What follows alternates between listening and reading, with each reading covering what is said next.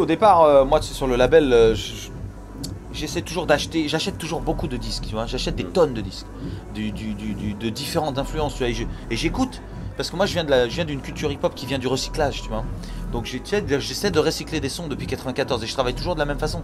Donc j'ai recyclé de l'acid jazz, j'ai recyclé du trip-hop, des musiques de films, je rentre dans des concepts depuis 15 ans, et pour arriver à un espèce de concept reggae où je fais Love Generation, World Hold On, Rock This Party, où je mélange la dance, un peu tout. Je fais un album un peu de world music, comme avait pu le conceptualiser Malcolm McLaren, tu vois, en 84. Tu connais Malcolm McLaren? 84, où il fait cet album un peu world, entre hip-hop, hybride, tout ça. À un moment où tu te dis ouais, je suis encore numéro 1 et tu deviens prétentieux et tu deviens un peu aigri, où tu dis tiens, je vais essayer de repartir dans le même esprit dans lequel j'étais quand j'ai commencé la musique, c'est-à-dire repars dans le recyclage à zéro, repars à zéro. On continue à sampler du disco et puis il y a quelque chose qui va revenir. Donc je continue à faire des titres, il y a Phare la mort qui a très bien marché. Mais tu vois, ça revient disco. Ça revient un peu disco, mais je pars un peu dans l'Italie parce que l'Italie, c'est un de mes pays privilégiés où ça marche très fort, très fort. Avec cette icône, Raphaël Acara, tu vois, je pars toujours dans des concepts un peu bizarres, mais je pense que c'est toujours alternatif à ce qui se passe en ce moment. On ne peut plus utiliser le mot French Touch parce que je pense qu'il n'y a plus d'unité. Entre 95 et 2000, il y a une vraie unité de genre.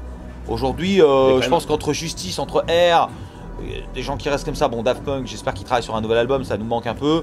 Entre moi, entre Guetta, Solveig, j'ai l'impression qu'il n'y a pas vraiment de lien, tu vois. On a tous des images différentes, on se voit pas, on collabore pas. Il y a quelque chose en France qui fait que la musique électronique ou la musique... Oui, mais tu peux plus l'appeler French Touch. La French Touch, ça correspondait vraiment à un style et à une couleur de son.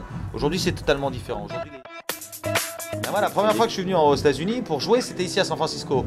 Il y a Francky Boissy, un jeune DJ qui est là depuis longtemps, qu'on a le même âge, donc il est jeune. Et il m'a invité pour faire le Bastille Day ici dans une rue, devant un restaurant français. J'ai oublié le nom. Mais on avait fermé la rue et on avait fait le Bastille Day là. Donc c'était super. On avait joué aussi dans un hôtel qui s'appelait... C'était en quelle année? 96. J'avais fait venir Salomé de Bahia l'année d'après, où on avait fait un concert au Phoenix Hotel, qui a changé de nom apparemment maintenant, qui était un hôtel à ciel ouvert, qui était un peu... voilà, donc... moi j'aime bien parce que j'ai produit des maxis de Julius Pape sur mon label, tu vois, moi j'aime Marc Yellow Prod. Marc Farina j'aime beaucoup, tu vois, il y a aussi Miguel Mix, des gens comme ça. Ici il y a une grosse scène deep house.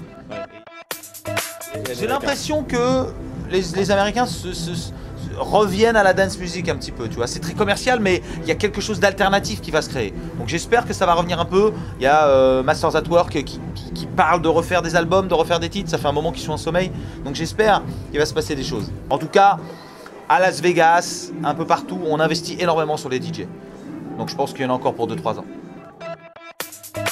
Ouais, les Français de San Francisco, je crois que vous êtes bien ici. Hein. Restez surtout, venez pas en France. C'est la morosité absolue.